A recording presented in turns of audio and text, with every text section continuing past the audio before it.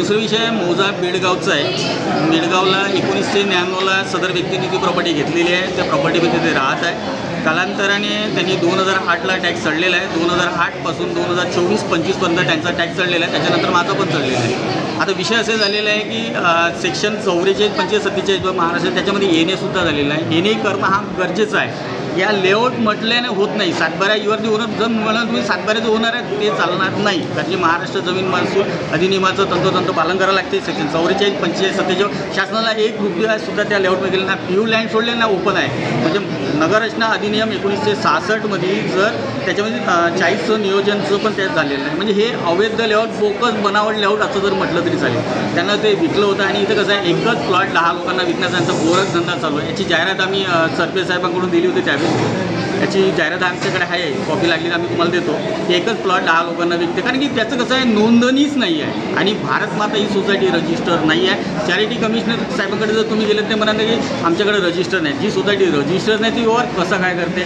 आणि आपल्याकडे इंग्रज लोक आले त्यांचं असं म्हणणं होतं की सोसायटी रजिस्ट्रेशनचा कायदा आहे त्याच्यानुसार सोसायटी रजिस्टर केली पाहिजे आणि त्याचा हेतू असा आहे की 4 लोकांना व्यवसाय आणि त्याचं प्रगती केली पाहिजे असं तो सोसायटीचा विषय असते. तो घेतलं नाही ऑडिट नाही काहीच नाही. इथं कसं आहे पहिले नवऱ्यानी प्लॉट दिला बायकोनी तोच प्लॉट विकला 2023ला.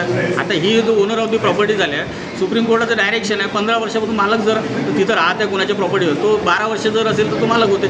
तर त्यांचं 2008ला टॅक्स चढलेला आहे. 1999पासून राहत आहे आणि त्यांचं सर्व असल्या कारणानं कोणीतरी पोलीसवाले येतात त्यांना बाहेर काढतात. कोणी बुलडोजर आणतात तोडून टाकतात.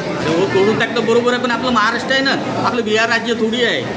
आणि आदमकुआचं एक जजमेंट आहे त्याच्यामध्ये सरळ जज साहेबांनी त्या संबंधित हायकोर्टाच्या जज साहेबांनी 4-5 लोकांना सस्पेंड केला आहे. एक DCP आहे ACP आहे. तेच प्रकरण इथं लागते ना की कोणाच्या प्रॉपर्टी कोणाला जात नाहीत त्याच्यामध्ये तुम्हाला नोटीस द्यावं लागेल. जर कारवाई होत नाही आमचं एवढंच म्हणणं आहे की तुमच्याकडे FIR तर करा कमी तुम्ही नको करू काहीतरी. आता तुम्ही म्हणता सिव्हिल कोर्टात जा आम्ही जायला तयार आहे पण प्रकरण तुमच्याकडे पडलेलं आहे ना त्याला FIR तर करा कमी तुम्ही. कुठल्या पोलीस स्टेशनचे हे पोलीस स्टेशन वाटोळा काय मागणी आहे. आशिष बांते म्हणून आहे त्यांनी ते प्रकरण दडवलेलं आहे. त्याच्यावर आम्ही विभागीय चौकशी टाकलेलं आहे.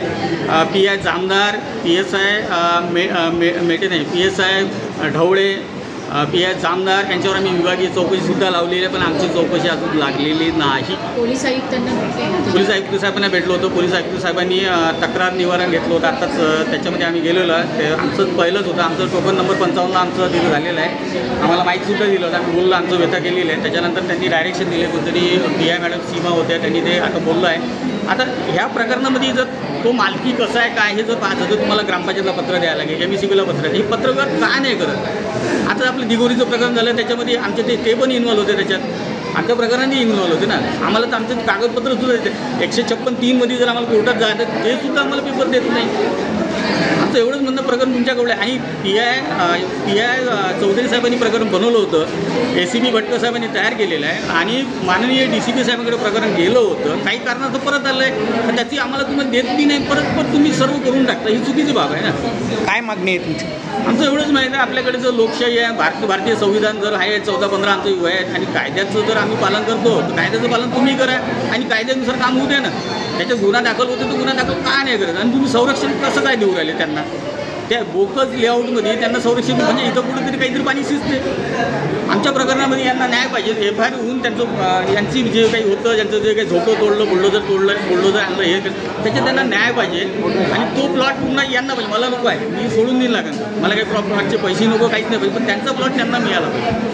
मी त्यांना परत करतो मला काही प्रॉब्लेम नाही मला प्लॉट नाही पाहिजे. कारण त्याची परिस्थिती एवढी आहे की आता मी मदत म्हणून त्यांना मी सहकार्य केलं होतं. 5 लाख रुपयाचा काही विषय नाही आहे. कारण की त्यांना ज्यावेळेस पोलीस स्टेशनला त्रास झाला हे झालं तर त्यांना मला वाटतं भरती होते दवाखान्यात MPच्या दवाखान्यामध्ये छिंदवाड्याला ते भरती होते 2-3 महिने दवाखान्यात होते. हार्ट अटॅक आला होता त्यांना.